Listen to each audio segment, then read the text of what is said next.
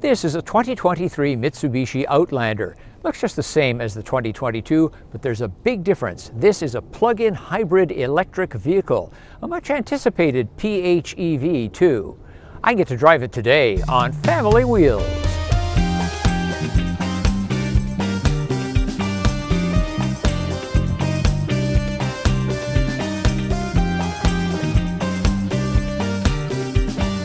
As we get rolling, a reminder that Family Wheels reviews are posted first thing Saturday.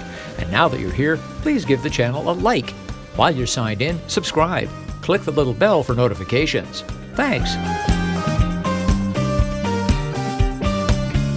The 2023 Outlander PHEV is a big improvement over the previous one, which was smaller, had much shorter range, had less power, was overall less efficient. We've got some big gains here. Officially 61 kilometers of range. Back of the envelope calculation, maybe a 50% increase in range. It comes with a heat pump, and the heat pump helps the efficiency of the engine in cold or warm weather. The heat pump also helps heat the interior of the car, like it's doing right now.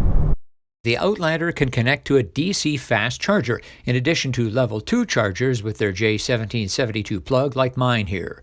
But there's a problem. Mitsubishi uses the CHAdeMO connector for fast charging, and it's rapidly falling out of favor with the makers of charging stations, after Nissan, the only manufacturer of battery electric vehicles still backing CHAdeMO, said it would change to the more popular CCS standard. A few more hat tips to Mitsubishi here. The battery is physically smaller than its predecessor. There's a larger fuel tank, and so the range, the total range, electric and gas combined, is an estimated 674 kilometers. That's about 418 miles, and that's a long way to go between bathroom breaks. We have 2 electric motors and a 20 kilowatt hour battery working on our behalf. And guess what? That gives us a total of 248 horsepower. Now what is that, 66 more than the non-PHEV Outlander? That is a lot more ponies. And remember, we've got a sizable SUV here. It's got 3 rows. Okay, so it's not a Chevrolet Suburban, but it's pretty big. And if you want to haul around yourself and 6 passengers, you should have those 248 horsepower. By the way, that 248 is when you've got the setting here on power, so you're going to use your battery up a good deal faster. But look at the overall picture, where you get a boost from the battery and the 2 motors combined with the internal combustion engine, and this thing actually has pretty decent pep.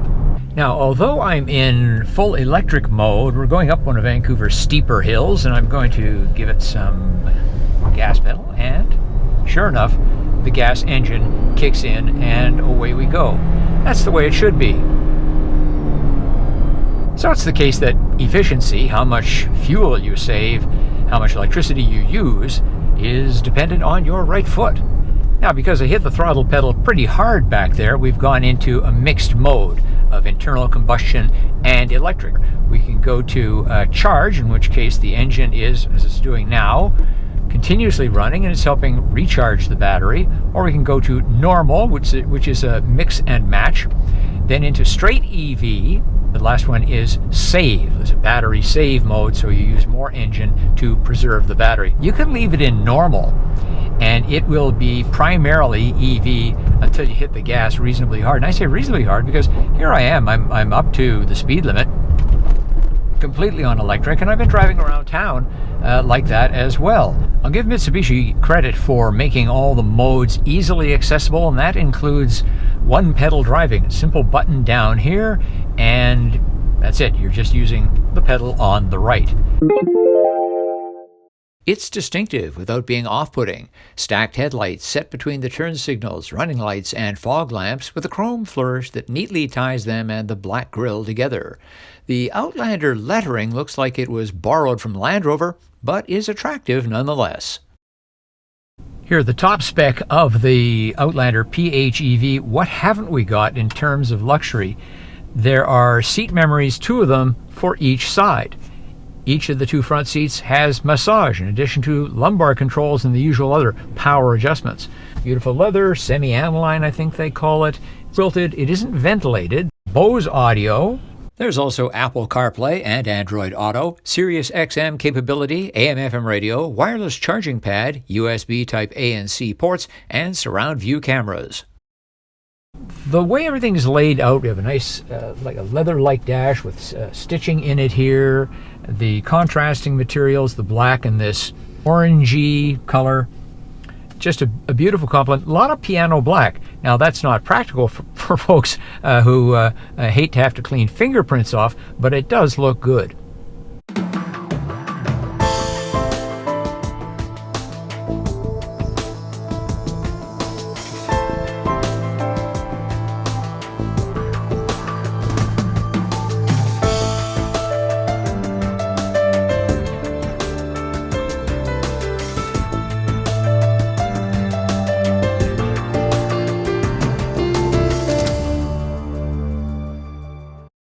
The third row is cleverly stowed beneath the cargo floor. Pull a strap to lift it out, pull a strap to bring the seat back upright, and flip the headrests into position.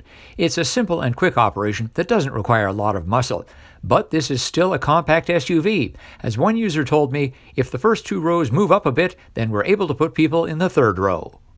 The Outlander easily passes our child seat test. Behind me, the kind that takes up the most space rear-facing. Up front, I've got this much space between my knees and the glove box door. I'm 5 feet 11 inches tall, 180 centimeters. Another note, there's equal luxury for the front seat passenger in comparison to the driver. We have 2 memory positions for the power seat, and we've got massage and all the other power adjustments that the driver has. It's comfortable here in the second row of the Outlander. There's all kinds of knee room. The seats adjust fore and aft as well as for rake. You're going to need that fore and aft adjustment should you employ the third row of seats. Now, at the top trim that we have here, there are other luxuries. There's a panoramic moonroof that goes back to the edge of the second row. We have seat heat as well as temperature control. And below that, there are 2 USB ports and a 3-prong electrical outlet.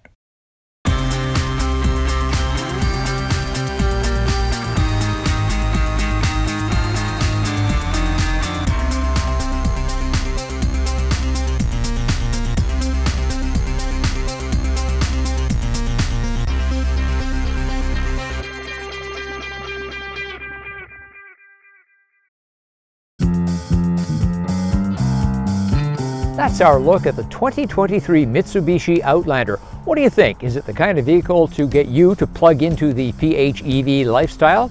Leave a comment.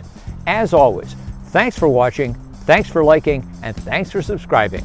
I'm Richard Detman, and I'll see you next time on Family Wheels.